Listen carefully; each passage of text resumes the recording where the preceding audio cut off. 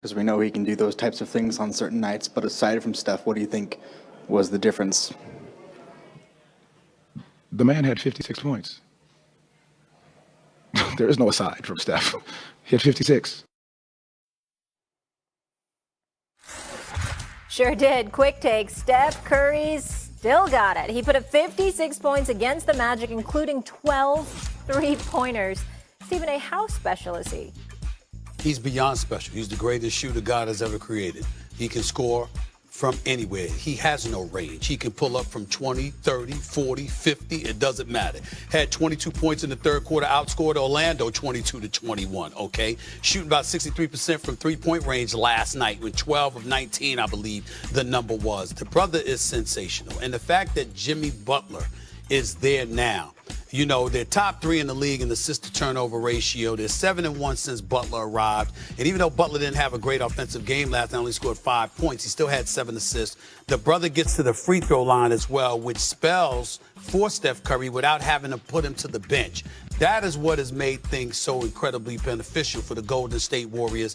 And they are a legitimate threat to knock off one of the top 4 seeds in the Western Conference. I mean, you got to watch out for these brothers. You got it, because they coming. That made me, Jamal Mosley made me smile there because it reminded me of the epic Dave Kingman, Tommy Lasorda rant, non-profane. And people don't know. Do yourself a favor and Google it. Secondly, I just want to point out 390 feet of shots he made in this game. 390, 130 yards. Gilbert Arenas taught us about the logo 3. He kind of invented the logo 3, but Gil, I don't think he ever made 390. No.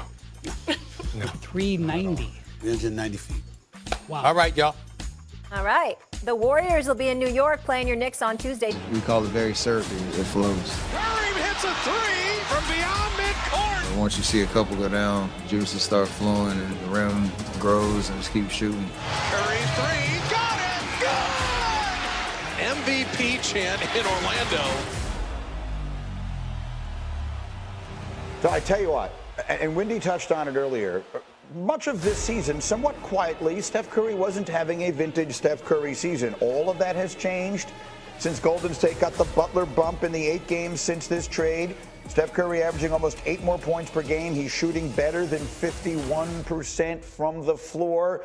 Wendy, I feel like I've asked you this question about the Lakers a lot. I'm going to ask it to you about Golden State right now. Is this a team that suddenly looks poised to make a real playoff run? And by that, we'll define it as winning 2 playoff series. Yes. I think if you look at the Western Conference, the Thunder are going to be the #1 seed. After that, seeds 2 through 9, no idea. Now, I'm not saying the Mavericks are getting up to 2, but by the way, last night the Lakers tied the Nuggets in the loss column. I know it says they're a game back, but they're tied in the loss column. So I have no idea how the seedings are going to go. You see the Warriors in 7th. They're 2 or 3 days from being in 5th. So I think that we're going to have a lot of liquidity in the seedings, and a lot of it's going to come down to who matches up with whom. But the Warriors have become way more dynamic with Jimmy Butler getting there. And Jonathan Kuminga is scrimmaging. He's not quite ready to come back, but he scrimmaged again yesterday for, I think, the 3rd time. So they're going to get another influx of talent. They're definitely a dangerous team. So, Rudy, let me ask you the same question. What is this team's ceiling? Do you see this team right now with Jimmy Butler and the way they are composed? Could you see this team winding up in the Western Conference Finals? Yes, I do. I think this is a possibility for him, basically because what Jimmy does is gives them flexibility defensively, and it takes a lot of pressure off Steph just to be Steph. You have Draymond, who is also very, one of our league's best defenders and has been for a long time. And it just allows Steph to be Steph, and Jimmy can also give you offensive power, a person that... Cooking in the second quarter from range. Man, Chef Curry, that's what they call him, man. Like, these shots he's making, man, he looks vintage. Well, I won't say vintage because he's still Steph Curry. So it's weird to say. It is. This is right at the end of the half there. That's from 50 feet. Nothing is out of his range. And then that one goes, like, his team is, again, continues to be way down. But then in the third quarter, he completely takes over the game. Steph Curry had 22 points in the third, outscoring Orlando by himself. And you're going to see here, Rudy, the entire repertoire on display from Steph. Yes. I mean, multiple people guarding him. It's just you can't do anything with it, man. When he's hot like that, Well, just pray. Just pray you score more points in this team. There's just nothing you can do to stop it. The Warriors go all the way back out in front of this game. When they had trailed to the fourth quarter, we go. Warriors are up by 9. Steph catch and shoot. That's his 10th three of the night. 3 minutes to go. It's a 4-point game. Steph and Jimmy give and go. Curry's 11th three-pointer of the night. 2 minutes to go. This is a 2-point game.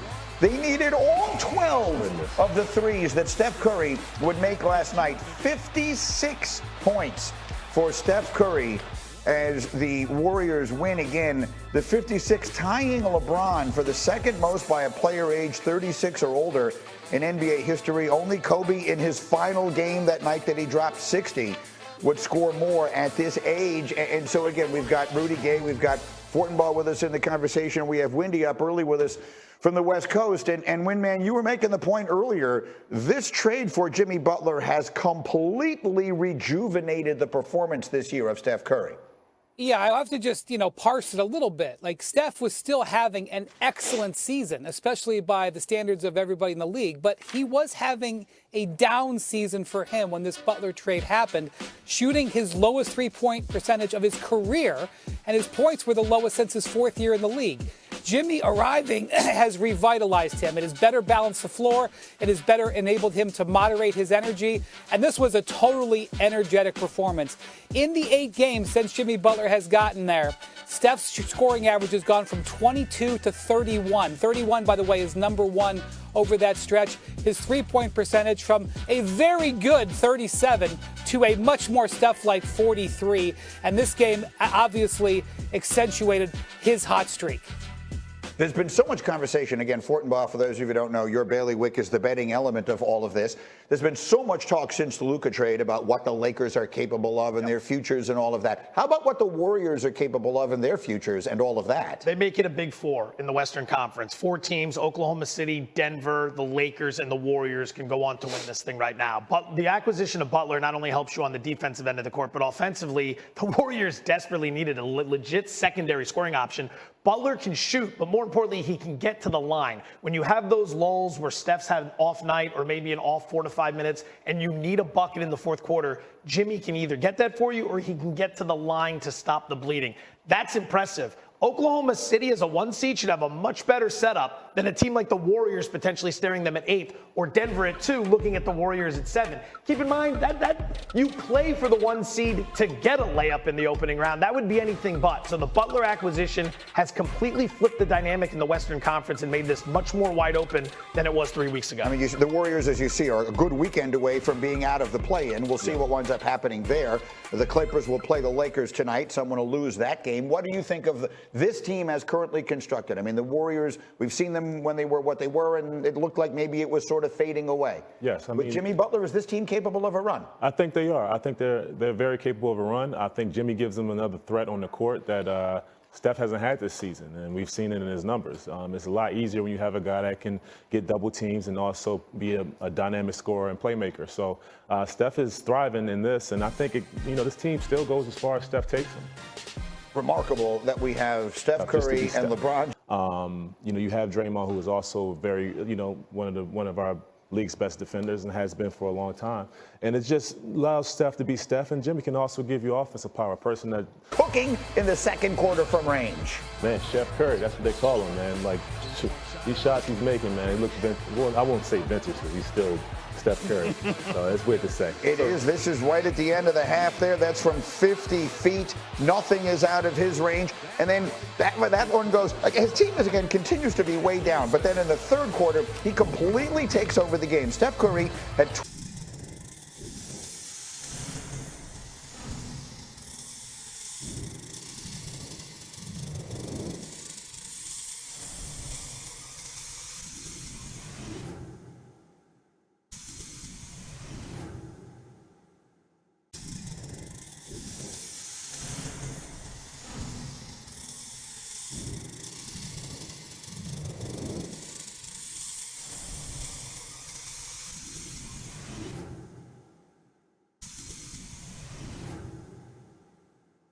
In the ever-evolving landscape of the NBA, discussions about the greatest eras of basketball are as heated as the competition itself.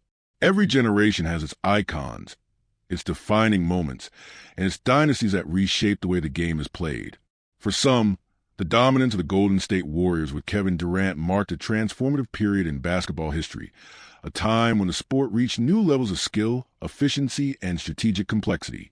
For others, the league's most competitive era was forged in the fire of the 1980s, when Magic Johnson's Lakers and Larry Bird's Celtics engaged in battles that transcended the hardwood, elevating the NBA to global prominence.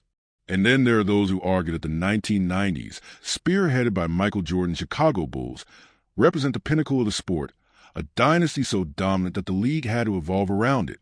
The argument for Durant's era is compelling.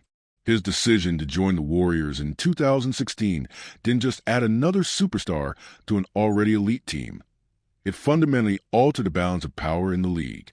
Golden State, fresh off a 73-win season, already had two of the greatest shooters of all time in Steph Curry and Klay Thompson, a defensive anchor in Draymond Green, and a system that emphasized ball movement, spacing, and unselfish play. Adding Durant to that equation created a juggernaut that left the rest of the league scrambling to catch up. The result? 2 consecutive championships, a third trip to the finals derailed only by injuries, and a level of dominance that made even the most competitive teams seem outmatched. But was that era truly the greatest? Critics argue that Durant's move to Golden State stripped the league of its competitive balance. The idea that any team, regardless of talent, had a legitimate shot at the title took a major hit when Durant joined a 73-win squad. LeBron James, fresh off leading the Cleveland Cavaliers to a historic 3-1 finals comeback, knew the challenge ahead was nearly insurmountable. When asked about facing Golden State in the 2017 finals, his response is telling, asterisk, I just want to enjoy this moment because thinking about that right now is too stressful. Asterisk that in itself was an admission of the inevitable. Durant's presence had all but erased parity in the league. Contrast that with the 1980s and 1990s, when multiple franchises were legitimate threats to win it all. The Lakers and Celtics clashed in an epic rivalry that featured 7 finals appearances between them in a decade. The Detroit Pistons emerged as a rugged, defensive-minded force, built to challenge the finesse of the Showtime Lakers and the dominance of the Bulls. The New York Knicks and Miami Heat embodied the physicality of the Eastern Conference, and even teams like the Indiana Pacers and Utah Jazz were never considered easy outs. Every championship was earned through brutal, hard-fought battles. And then came the Jordan era. The Bulls' 6 titles in 8 seasons are often viewed as one of the most dominant runs in sport history, but it wasn't a foregone conclusion. Chicago had to overcome the physicality of the bad boy Pistons, the deep and talented Knicks, and a Western Conference that produced powerhouse teams like the Phoenix Suns, Seattle Supersonics, and Utah Jazz. Even then, there was never a sense that the Bulls' success meant the league had lost its edge. The competition remained fierce, and the league's talent pool was as deep as ever. So where does Durant's Warriors era stand in comparison? Was it a time of unparalleled excellence, or did it diminish the very essence of competition? There's no denying that the Warriors, at their peak, played some of the most beautiful basketball the sport has ever seen. Their unselfishness, shooting, and defensive versatility set new standards for what a modern NBA team should be. But the argument against their dominance lies in a lack of true challengers. Unlike the eras that came before them, where multiple teams could stake a claim as legitimate title contenders, Golden State's reign with Durant felt like an inevitability rather than a competition. Even looking at Durant's own journey, there's a layer of complexity. Before joining Golden State, he was the face of an Oklahoma City Thunder team that, at its peak, was as talented as any contender in the league. The trio of Durant, Russell Westbrook, and James Harden made the finals in 2012 and were on the cusp of dethroning the Warriors in 2016 before blowing a 3-1 lead in the Western Conference Finals. Durant's departure left lingering questions about what could have been. Would the Thunder have eventually won a title if he had stayed? Could they have been the team that forced Golden State to adjust rather than becoming a part of it? As the NBA continues to evolve, debates about its greatest era will persist. Whether it's the physicality and rivalries of the 80s, the dominance of Jordan in the 90s, or the modern revolution led by the Warriors, each period has left an indelible mark on the game. Durant's Warriors were undeniably one of the most skilled and cohesive teams in NBA history. But the question remains, did they elevate competition or did they eliminate it? That debate, like the game itself, will never stop evolving.